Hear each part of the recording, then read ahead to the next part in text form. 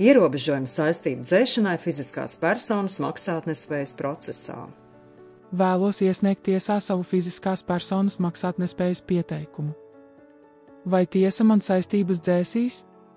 Kam jānotiek, lai saistības maksātnespējas procesā netiktu dzēstas? Ja konstatējat, ka turpmāk minētais attiecas uz jums un tas ir noticis pēdējo 3 gadu laikā, maksātnespējas pieteikumu tiesā labāk neiesniegt un nogaidīt, kamēr paies 3 gadi kopš pārkāpuma izdarīšanas dienas.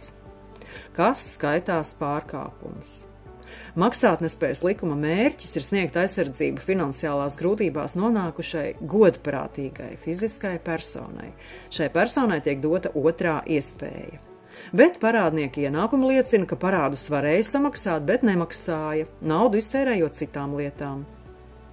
Kā tiesa zinās, ka parādnieks tērēja naudu lietām, kas nav pirmā nepieciešamība?